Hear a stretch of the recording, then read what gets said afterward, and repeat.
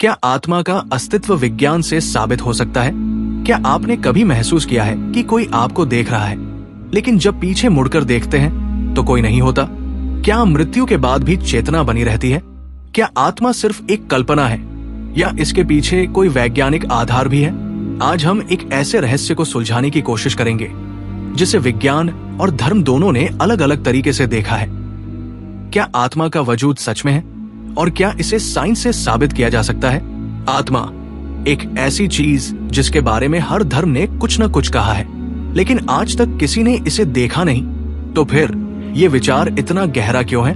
हिंदू धर्म कहता है आत्मा ना जन्म लेती है ना मरती है, गर्भ से श्मशान तक ये यात्रा सिर्फ शरीर की होती है। आत्मा बार बार नया शरीर धारण करती है, इसे पुनर्जन्म कहते हैं। ईसाई धर्म कहता है जब इंसान मरता है तो उसकी आत्मा को न्याय के लिए परमेश्वर के सामने पेश किया जाता है। यदि अच्छे कर्म किए हैं तो स्वर्ग और यदि बुरे तो नर्क। जजमेंट डे की ये अवधारणा आत्मा के पुनरुत्थान की बात करती है।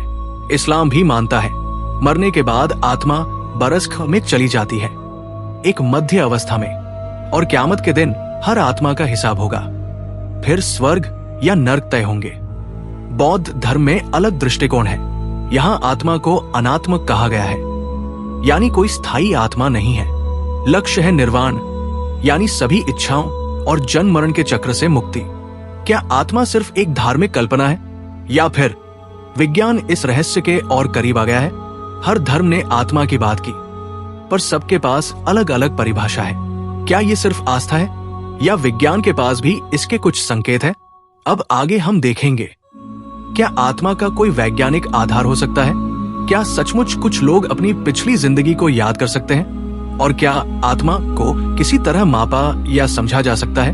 अब बात करते हैं उस सवाल की जिसे विज्ञान ने हमेशा टालने की कोशिश की। क्या आत्मा को वास्तव में मापा जा सकता है? 1907 डंकन मैकडुगल का 21 ग्राम एक्सपेरिमेंट। अमेरिका के एक डॉक्टर डंकन मैकडुगल ने एक अजीब प्रयोग किया। उन्होंने मरते हुए रोगियों के वजन को पल पल रिकॉर्ड किया और जैसे ही किसी की मृत्यु होती उसका वजन अचानक 21 ग्राम कम हो जाता। 21 ग्राम। उन्होंने इसे आत्मा का वजन कहा। लेकिन क्या वाकई में ऐसा कुछ था या फिर यह महज एक संयोग था? फैक्ट, ये प्रयोग केवल 6 लोगों पर किया गया था और इसकी पुष्टि कभी नहीं हो पाई। क्वांटम फिजिक्स का मोड, क्या आत्मा ऊर्जा है? अब आते हैं आज के विज्ञान की ओर, जहां आत्मा को एक एनर्जी पैटर्न माना जाने लगा है। कुछ वैज्ञानिक कहते हैं हमारी चेतना यानी कॉन्शियसनेस क्वांटम लेवल पर काम करती है और जब शरीर मरता है ये चेतना ब्रह्मांड में फैल जाती है जैसे रेडियो सिग्नल। इस सिद्धांत को कहा जाता है क्वांटम कॉन्शियसनेस थ्योरी, जिसे नोबेल नामांकित वैज्ञानिक रोजर पेनरोज और स्टुअर्ट हेमरोफ ने पेश किया था। अगर ये सच है तो इसका मतलब क्या हुआ? क्या आत्मा सिर्फ एक ऊर्जा है जो शरीर के मरने के बाद भी कहीं न कहीं मौजूद रहती है? और सबसे बड़ा सवाल, क्या विज्ञान अब उस चीज के करीब पहुंच चुका है जिसे सदियों से धर्म आत्मा कहता आया है? अब सवाल और भी गहरा हो जाता है। अगर आत्मा है तो क्या हम उससे संपर्क कर सकते हैं? क्या विज्ञान एक दिन ऐसा तरीका बना लेगा जिससे हम परलोक से बातचीत कर सकें? नियर डेथ एक्सपीरियंस NDE, जब लोग मरकर लौटे। दुनिया भर में लाखों लोगों ने नियर डेथ एक्सपीरियंस का दावा किया है। इन अनुभवों में उन्होंने देखा एक लंबी सुरंग, तेज सफेद रोशनी और खुद को अपने शरीर के बाहर उड़ते हुए।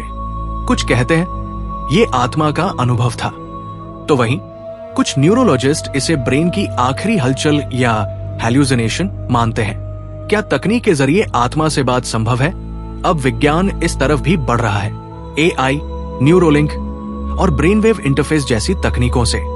कल्पना कीजिए एक ऐसा AI जो मृतकों की यादों से डिजिटल आत्मा बना सके।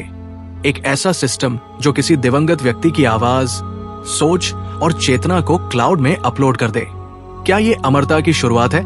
क्या इंसान अब खुद को मृत्यु से बड़ा बना रहा है? तो क्या आत्मा वाकई में मौजूद है?